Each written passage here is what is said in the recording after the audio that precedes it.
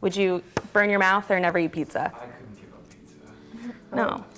He's from New York. He can't give up New York pizza. It's like the best pizza in the world. I've been to New York City. Yeah. Yeah, he's in it. Pizza's not that good. Pizza's not bad. Oh. Not from New York. So, I have a question for the group. Why do you connect with Special Olympics? That is a loaded question. There's so many responses, but I really like the idea of promoting inclusion, especially with people with and without disabilities, because I often think that's kind of you forget about that. So to do that on a larger scale and to be able to connect with other like-minded individuals who want to promote inclusion, I think is such a great way, and I really connect with that. Mackenzie, how do you connect with Special Olympics? I connect with it because I realize that there's like such a separation between students with and without disabilities, especially within schools. Like all the special ed students are in one specific hallway where everyone else is like everywhere else, and then like they have to sit specifically at one table where we're like anywhere we want to sit. So I guess the biggest thing is I wanted to change the way that our school kind of functioned and set up. So do you want to? Yeah, so I connect way far back when my brother, who has Down syndrome, he started doing Special Olympics on a team, and so when I was old enough to become a unified partner, I really wanted to do that. And so that's where my story begins, is just when I was 14, I became a unified partner with my brother and did basketball, bocce, and all these different sports. And as I kind of went through Special Olympics, I realized how big and important it is to include and really, you know, have that impact, because it had a huge impact on my life, and I think that, you know, spreading that awareness and spreading that inclusion can impact other lives, and I think that's a really important part of why I connect. So I also have a sibling with an intellectual disability. So you kind of learn patience, right? Yeah. Empathy at an early age, and you kind of see other people that don't relate to that, right? And don't have those same kind of inclusive mindset skills. And so I definitely wanted to be a part of Special Olympics and a movement that promotes inclusion and promotes acceptance, right? Yeah. And it's such a great thing to, like you were saying at the very beginning, Ray, like-minded people who also believe in the same things and have the same passion for inclusion. So I definitely can relate to all of you guys. You have to include everyone, and Yeah, and how does Special Olympics do that? following on social media and stuff like that. Yeah, social media, but what about some in-person things? At school. At school? Yeah. Yeah? And what do you do at school with your friends? Just talk and hang out. Yeah. Sometimes it's just that simple, right? Yeah. To add, Yeah, I guess go for it, Ray. I connect because I have a physical disability, but then I think it's really important to intersect the two, like intellectual disabilities, which is what Special Olympic really focuses on, but to be able to like bring the two together and really focus on it as like a whole disability issue, and everyone should be included. I think that's another thing how I connect. Yeah, how does it feel to be connected with Special Olympics? I don't know, Jenna, do you want to start it? Feels awesome, amazing, and it's a lot of fun. It feels really empowering to be able to see it in like mainstream media, to show like you are valued. Feels like you're almost by yourself when you do a lot of disability advocacy or really promote inclusion. So to be able to be with a group of people who, like I said earlier, who have the same kind of mindset is really like encouraging, gives you the energy to really keep going. What about you, Connor? It's truly an amazing feeling. I mean, when I first started, it was just everyone is there that wants to be there, and it's just kind of one of those things where it's like, it's just an unreal feeling just being a part of like a Special Olympics team or a club, because it's just everyone's there wanting to promote inclusion, and it's not like an English class where you're forced to be there, and it's like, you know, you're forced into groups, and you know you don't really maybe want to work with someone because of that, but with, you know, this club or, you know, team that's like everyone wants to be there, and just the connections that you make is just an unreal feeling. Can you talk a little bit about the club that you guys have at school? Yeah, so we have, at Highland Park, we have a Disability Alliance Club, and so we have meetings every other Wednesday, and we just talk about different topics in like Paralympics, Special Olympics, and disabilities alike. And Ray Ray's our leader, and so she can talk more about that as well. I started it my sophomore year, so it's been going right before COVID hit, but I saw there were a lot of other clubs at my school around different identities, and I was like, where's the one for disabilities? Because I think that's a really validly concern, like people with and without disabilities should be able to form that community and promote inclusion within a school. We do a lot of discussions, good get to know you activities to form that community. And then we've been able to help promote inclusion within our district by educating teachers and our students, or my peers. I'm curious, how does it feel to talk to adults or teachers about this stuff? It's intimidating, but it's rewarding because a lot of teachers want to learn and want to include the students, but they just don't know how. So to be able to teach them and see it implemented in the classroom is so amazing. Yeah, it's connecting in a different way, Yeah, right? exactly, yeah. Very cool. Anyone else have anything they want to add? I don't know. When I work with Special Olympics, I feel like everyone is there for the right reasons and always wanting to see improvement, whether it's community-wide, statewide, or throughout the entire world. But just to see the growth that happens throughout the entire time that we're working. I've seen that growth in just the 2 years that I've been involved here, as well as within my own school in Rochester. So it feels great to see that. So what were you involved in with, the past 2 years? Can you talk about that a little bit? Yeah, so I am the Secretary and Treasurer of the Unified Student Board of Directors. So with that, we did the Billy Footwear partnership last year. So a bunch of unified schools will end up getting the footwear brands, which is a really big deal because it's important to have shoes that everyone can wear and not feel like they're struggling with something like putting on their shoes when there's different ways to adapt to the world around for a lot of other things. So we did that, and then we just work on whole school engagements. One of the things we're doing this year is the Polar Plunge. Very cool. You guys have all plunged? Yes. I have not yet. I'm going to this year for the first time. Are you nervous? Yes and no. I've done it before, but it's not as bad as probably plunging in Minnesota, so Yeah. DC is a little bit warmer, so I get off easy. It's a lot of fun. Yeah. What do you do at your Polar Plunge? Jump in a cold, icy cold lake, Yeah, and then what? and then you get out. Okay, it's just that simple, huh? Yeah. What connects have you made with Special Olympics? Right. I've made a few. I think really connecting with peers or other disability activists around Minnesota has been a big thing, and kind of how hearing what they do in their schools and their communities, and really how I can bring that back to Highland and the Twin Cities area. That'd probably be the biggest connection that I've made. What about you, Jenna? What about, have you made any cool friendships through Special Olympics? My student board of directors and my school friends. Yeah? Yeah. And how does it make you feel to have friends like that? Feels awesome and Yeah. amazing. Cool. Connor, what about you?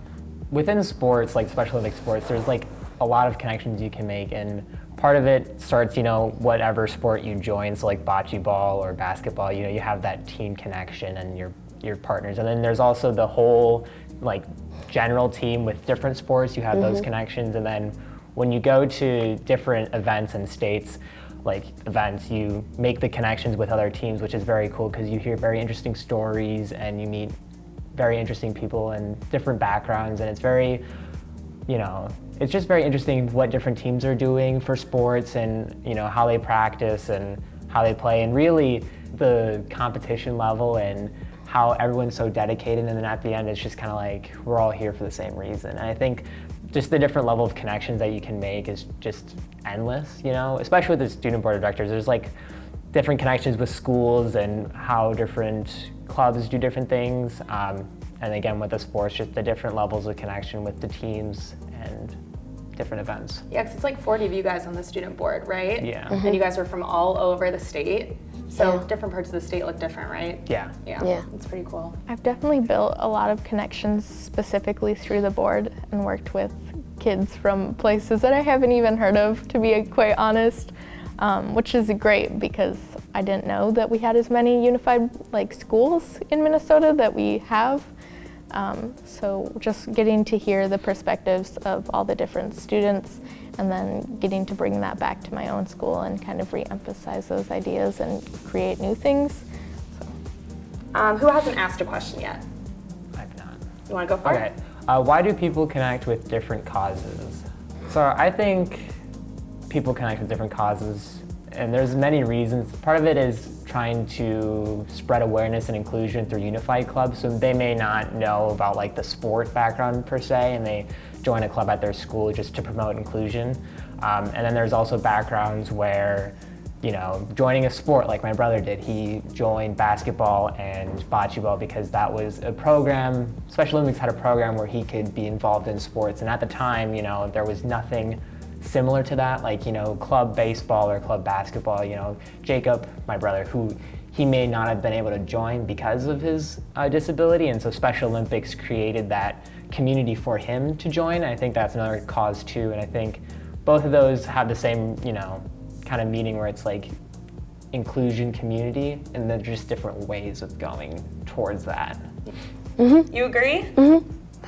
Like basketball and soccer and all those sports I do at my school. Yeah. Is that through Unified? Yes. Yeah. I feel like people connect, and I connect to feel connected with other people. I know a few people at my Unified Club. They felt like they were the only person with a disability at our school, or they felt very isolated. So to join a club, to feel connected with the other people really gave them a sense of unity and empowerment, like they were not alone.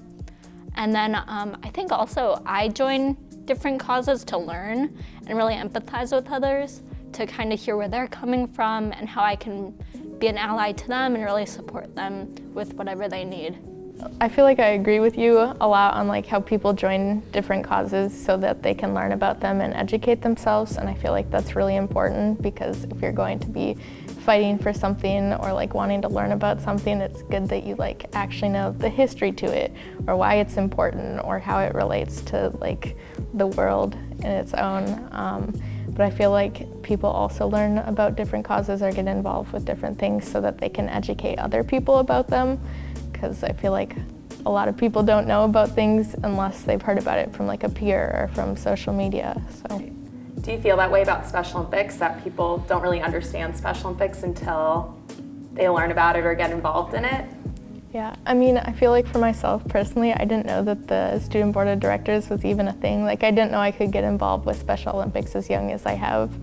And I feel like once I learned about that, I was able to learn more about Special Olympics itself and then take that back to my own school and help improve the community there. Yeah. Outside of Special Olympics, are you guys in other groups or clubs or causes? Yeah? Yeah, I do a lot of adaptive sports, and that's just been really eye-opening because I didn't think, as someone with a physical disability, that I'd be able to do a lot of the mainstream sports. So to really learn about that and how everything is really inclusive, you just kind of got to find a way to adapt things or change things up or find the people that really support you to make it accessible and inclusive as possible. That's awesome. Anyone else in different clubs or things? Yeah, so I'm a part of the Down Syndrome Association of Minnesota, and so I've done a few things with them. I've been on the community for for one of the biggest fundraisers that we offer is the walk, the Down Syndrome Walk. That's in Como every September. Okay, I can ask the last question. What has been difficult about maintaining connections these last 2 years? I saw a big sigh about that, Ray. How do you feel about that? It's been, with COVID especially, it's been hard to really make those connections because we haven't been able to meet in person or really, Jenna, this is my first time really getting to know you except through a Zoom screen, so it's really cool to form the connection with you. But It's been pretty hard, but I would say social media has been kind of really big this year. And the past 2 years, because you've been able to reach out to other peers, you've been able to hear about other events that you wouldn't not usually hear about. So it's definitely been affected, but we have found ways around it. But I'm so glad to be back in a space with everyone and to be able to talk about all of this and form those connections. Connor, how have you found? It's been difficult on many levels because connections is super important in Special Olympics, and that's really how you build relationships and friendships and all that stuff and really grow in Special Olympics. But I think social media is a big factor in that, and with the growing technology, you really can see different events and you can go to different things without leaving your home. You know, maybe you couldn't go to an event because you weren't as comfortable, or you know, you didn't have the right accessibility to get to those places. And I think within technology and social media, there's been a lot of new openings for people to go to these events, but also a lot of restriction again with, you know, not being able to make those connections through the screen as another difficult thing about that. Mackenzie, what about you? I feel like the social aspect of life was cut off for a lot of people for the past 2 years. Thankfully, our school and our unified program was able to meet through Google Meets or Zoom, so we were able to spend like 3 hours just talking to each other on Wednesdays and playing games and still like building up that social aspect even though we couldn't physically be with each other. So we found workarounds for it, but I know that a lot of different schools couldn't and a lot of other groups couldn't. So I feel like it was a really big deal to be losing that aspect. Yeah, because like a set 2 hours can feel so different than seeing your friend in the hallway, right? Yeah. What about you, Jenna? Since COVID started, it's really hard and stuff, and Like, what was it like without unified sports? it's probably difficult and sad. So I want to ask you guys one final question. What connections are you guys excited for the future? Like, which ones that you haven't made yet that you're excited to make? So at my school, most special ed students were never a part of any of the school functions that we had, like homecoming, and some of them would come to Pep Fest, but a lot of the special ed students would just stay in their classroom, and none of them would go to prom, and so they were missing that school social life aspect. And so this year we brought 9 students to homecoming, and we're bringing a group of special ed students to prom. So we're kind of building up that inclusion for those activities within the school, so I'm really looking forward to that. That'll be really exciting. Anyone else? I'm excited to I started our Disability Alliance Club kind of right before COVID hit, and then last year we were all distance learning. So to really form the connection as a group in person with everyone and kind of start over again in a way. I'm really excited to get to know my members and all those people on a more personal level, not just through a computer screen. Yeah. What about you, Connor? I'm excited to be on the board of directors. I feel like this can open up a new type of connection and just learn new things. I think that's really exciting, and just being able to get back into unified sports again, and Polar Plunge, which I'm looking forward to, and just all these different events that we can start up again. Yeah. Same here. I'm really excited for the Polar Plunge and some other fun events that are coming up. And I know some of us are seniors sitting here. Yeah. Are you guys excited for the connections you're gonna make in college? I'm so excited. Yeah, I've loved high school, but I also think college is a good way to learn. And so many colleges have so many amazing disability clubs that I think it'd be so cool to learn from, not just people in my Minnesota community, but then people from international students come to college here in the US, so that'd be so cool to learn from them and from students all across the United States. So I'm so excited for that. Is that good? Yeah. Okay. Awesome. Woo! Yes. Good job, you guys. Tango, any last words? He slept through the whole thing.